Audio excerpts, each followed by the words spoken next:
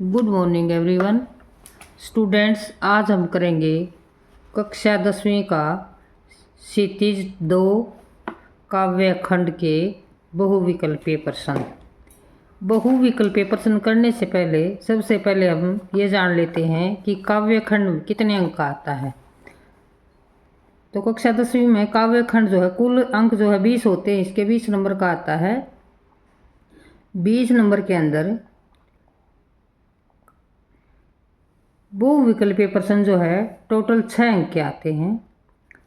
एक एक नंबर के जो है 6 प्रश्न आते हैं 6 अंक के। उसके बाद एक जो है काव्यांश पर आधारित अर्थ ग्रहण संबंधी प्रश्न, एक आपको पैराग्राफ दिया होता है, एक काव्यांश दिया होता है, उसके अंदर से हमने प्रश्न छाड़ने 5 प्रश्न होते हैं। उसमें जो है कवि का नाम पूछ लेता है, उस कविता का नाम पूछ लेता है और 4 प्रश्न और अन्य पूछ लेता है जो 5 नंबर के होते हैं। उसके बाद जो है काव्य सौंदर्य, पंक्तियां दे दी जाती हैं कविता की और उनमें से काव्य सौंदर्य पूछा जाता है जो 3 अंक का होता है। तो ये और एक प्रश्न जो है प्रश्न आते हैं 6 अंक के और 3-3 नंबर के 2 प्रश्न। और जो रचनात्मक प्रश्न है, ये प्रश्न पहले नहीं आते थे, केवल अभ्यास के प्रश्न ही सिलेक्ट होते थे, लेकिन अब जो है रचनात्मक प्रश्नों को भी जो है आपके पेपर में स्थान दिया है जो 6 अंक के होंगे। इसलिए हमें रचनात्मक अभ्यास के प्रश्नों के साथ हमारे जो रचनात्मक प्रश्न पढ़ते हैं वो भी आपको करने होंगे। तो 6 और 3 9 और 5 14 और 6 20 अंक का आपका काव्यखंड हो गया, जिसमें से हम 6 अंक के लिए आज पढ़ेंगे बहुविकल्पीय प्रश्न। सारी की सारी कविताओं के बहुविकल्पीय प्रश्न आपको इसकी जो है एग्जाम नोट्स के ऊपर आसानी से मिल जाएंगे। और इसके अंदर वही प्रश्न जो सेलेक्ट किए गए हैं जो बार बार आपकी बोर्ड की परीक्षाओं में बार बार रिपीट होते आए हैं और आगे भी रिपीट होते रहेंगे। जितने भी इम्पोर्टेंट क्वेश्चन इसके अंदर बनते हैं उन सभी को यहाँ पर कलेक्ट कर दिया है आपकी सुविधा के लिए। तो प्रश्न नंबर 1 देखिएगा, उद्धव गोपियों को क्या संदेश देने के लिए गया है। यानी उद्धव जो है ये आपको यदि सूरदास के पद की आपको जो है व्याख्या अगर आपको याद हो, कहीं ना कहीं आपके मन में ये जो उसकी स्टोरी आपको याद हो, तो उद्धव को जो है श्री कृष्ण ने भेज दिया है गोपियों के पास। तो अपना संदेश देकर भेजा है कि आप जो है उनको ज्ञान जो है साधना का, योग साधना का संदेश देकर आइएगा। उद्धव गोपियों को क्या संदेश देने के लिए गया है, कौन सा संदेश देने के लिए गया है, या ये प्रश्न आपसे ऐसे भी पूछा जा सकता है कि उद्धव गोपियों को कौन सा संदेश देते हैं, या गोपियों ने कड़वी ककड़ी किसे कहा है। आपको 1 नंबर के प्रश्न तभी क्लियर हो पाएंगे जब आपको कविता की व्याख्या या उसका सार आपको अच्छे से आता होगा। आपको एनसीईआरटी की लाइन टू लाइन की व्याख्या भी एग्जाम नोट्स पर करा दी गई है, वहाँ पर जाकर जरूर देखिएगा। तो यहाँ पर उद्धव गोपियों को क्या संदेश देने के लिए गया है, तो कौन सा संदेश था। भी राम की भक्ति का तो था ही नहीं, शिव भक्ति भी नहीं थी, इंद्र भक्ति भी नहीं थी, तो योग साधना का संदेश देने के लिए उसको भेजा है कि जो है आप गोपियों को समझा कर आइए कि वो योग साधना को अपना ले और मुझे भूल जाए। उसके बाद दूसरा प्रश्न देखिएगा। प्रश्न को पूछने का कई एग्जामिनर के कई तरीके होते हैं और ये प्रश्न जो 2017 और 2020 दोनों में रिपीट हुआ हरियाणा बोर्ड के लिए। प्रश्न नंबर 2 देखिएगा, उद्धव को बड़भागी कहने में कौन सा भाव निहित है। उद्धव को बड़भागी कहने में कौन सा भाव निहित है, बड़ाई का, क्रोध का, लड़ाई का या व्यंग्य का। बड़भागी कौन होता है, बड़भागी होता है बड़े भाग्य वाला। तो कहती हैं उद्धव कौन है, ये श्री कृष्ण का मित्र है, इसको गोपियाँ बड़भागी कहती है, बड़े भाग्य वाला कहती हैं। तो कौन सा व्यंग्य इसके अंदर निहित, कौन सा भाव, कैसा विचार, इन पंक्तियों को पढ़ने से कैसा विचार लगता है आपको। बड़ाई कर रही हैं, लड़ाई कर रही हैं, क्रोध कर रही हैं, व्यंग्य कर रही हैं, नहीं, ये व्यंग्य कर रही हैं कि श्री कृष्ण के साथ रहते भी आप जो है उसके प्रेम में नहीं पड़े, इसलिए आप तो बड़े भाग्य वाले हैं। गोपियों को योग निम्नलिखित में से किसके समान लगता है। योग साधना जो उनको कैसी लगी, ये 2019 में पूछा गया था। कड़वे नींबू के समान, खीरे ककड़ी के समान और कड़वे करेले के समान। तो कड़वी ककड़ी के समान। योग जो है, योग लागत है सो जो कड़वी ककड़ी, तो कड़वी ककड़ी के समान लगता है। प्रश्न नंबर 4 देखिएगा, अपरस रहत स्नेह तगाते। प्रश्न नंबर 4, अपरस रहत स्नेह तगाते, यहाँ तगा शब्द का क्या अर्थ है। तगा शब्द का आपसे अर्थ पूछ रहा है कि तगा शब्द का यहाँ पर क्या अर्थ है। अपरस रहत सने तगाते, यहाँ तगा शब्द का अर्थ है सगा, संबंधी, बंधन या दगा देना। यहाँ पर जो है पूछ लिया है आपसे कि इसका अर्थ क्या है। अपरस रहत रहत सने तगाते ना ही मन अनुरागी, ऐसी ही पंक्ति थी। तो यहाँ पर क्या कहता है, सगा, संबंधी, बंधन या तागा। तो तगा तागा कहते हैं ना, जिसको अपने हरियाणा में तागा कह देते हैं। धागा, धागा जो है बंधन, बंधन धागा, ये है तगा। अपरस रहत प्रेम रूपी धागे से, साथ रहते प्रेम रूपी धागे से नहीं बंधे। तो यहाँ अब तगा का अर्थ है बंधन या धागा। प्रश्न नंबर 5 देखिएगा। अब सूरदास के पदों में अति बड़भागी किसे कहा गया है। सूरदास के पदों में अति बड़भागी किसे कहा गया है, या गोपियाँ किसे बड़भागी कहते, बड़े भाग्य वाला किसको बताती हैं, या अति बड़भागी कौन है, अत्यंत बड़े भाग वाला कौन है, या निम्न में से किसने प्रीति नदी में अपना पाँव नहीं डुबा, प्रीति नदी में पाँव नहीं डुबा, प्रीति नदी में पावना बोरियो। ये प्रश्न, ये पंक्तियाँ थी कि तुमने कभी प्रेम रूपी नदी में पाँव ही नहीं डुबोया। तो किसकी बात हो रही है यहाँ पर। पद में एक प्रश्न जो है इसको ऐसे भी पूछ लिया। पद में आप सही से देख पा रहे होंगे, पद में मधुकर शब्द किसके लिए प्रयुक्त हुआ, कौन है ये मधुकर, ये उद्धव है मधुकर। राधा के लिए, उद्धव के लिए, श्री कृष्ण के लिए और यशोदा के लिए। तो यहाँ उद्धव के लिए यह शब्द मधुकर शब्द, मधुकर वैसे भौरा होता है, यहाँ उद्धव के लिए आया है। और यह हरियाणा बोर्ड में 2017 और 2018 में इस प्रश्न को बार बार पूछा जाता है।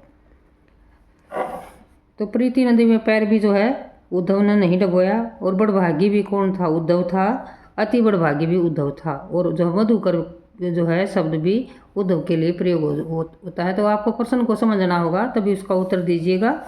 प्रश्न नंबर 6 देखिए। गुड़ चाटी जू पागी, यहाँ गुड़ शब्द का क्या अर्थ है। गुड़, कई बार तो थोड़े बच्चे गुड़ गुड़ गुड़ को गुड़ कह देते, गुड़ वही गुड़ है, ये गुड़। तो गुरु माने गुरु, बड़ा, गुड़ और सिखाना। तो गुड़ शब्द का यहाँ अर्थ है गुड़। जो 2018, 2022 और 2024 में प्रश्न रिपीट हुआ, गुड़ चाटी जू पागी, यहाँ गुड़ शब्द का अर्थ है गुड़। और जू के कारण यहाँ अगर आपसे ये पूछ लिया जाए यहाँ अलंकार कौन सा है, तो यहाँ पर जो है उत्प्रेक्षा अलंकार है। पर बच्चों इसमें से ये प्रश्न भी बन सकता है, क्योंकि जू ये प्रयोग होगा यहाँ पर। अच्छा, आपको समझ में आएगा। प्रश्न नंबर 7 देखिएगा। सो तो व्याधि हमको ले आए, पंक्ति में व्याधि किसे कहा गया। व्याधि क्या होती है, व्याधि होती है बीमारी। हमारे को तूने ऐसी व्याधि जो है लगा दी। सो तो व्याधि हमको ले आए, पंक्ति में व्याधि शब्द क्या है। व्याधि शिकारी है, व्याधि योग संदेश है, या व्याधि परेशानी है, प्याज है।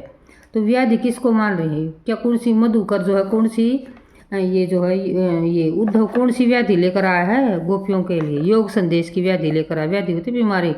ये कहती है कि ऐसी बीमारी लेकर आओ, ना कदे सुनी ना कदे देखी। अपरस रहत, प्रश्न नंबर 8 देखिए। अपरस रहत सने तगाते नाहिन मन अनुरागी, अपरस शब्द आया था वहाँ पर उस पंक्ति में। अपरस शब्द का क्या अर्थ है। अपरस होता है साथ रहते हुए भी, अलिप्त, नीरस, अछूता, उपयुक्त सभी, यानी उपयुक्त सही है, साथ रहते हुए भी। अपरस बिना रस के रह गया, जो पास में रहते हुए बिना रस के रह गया उसको कहते हैं अपरस।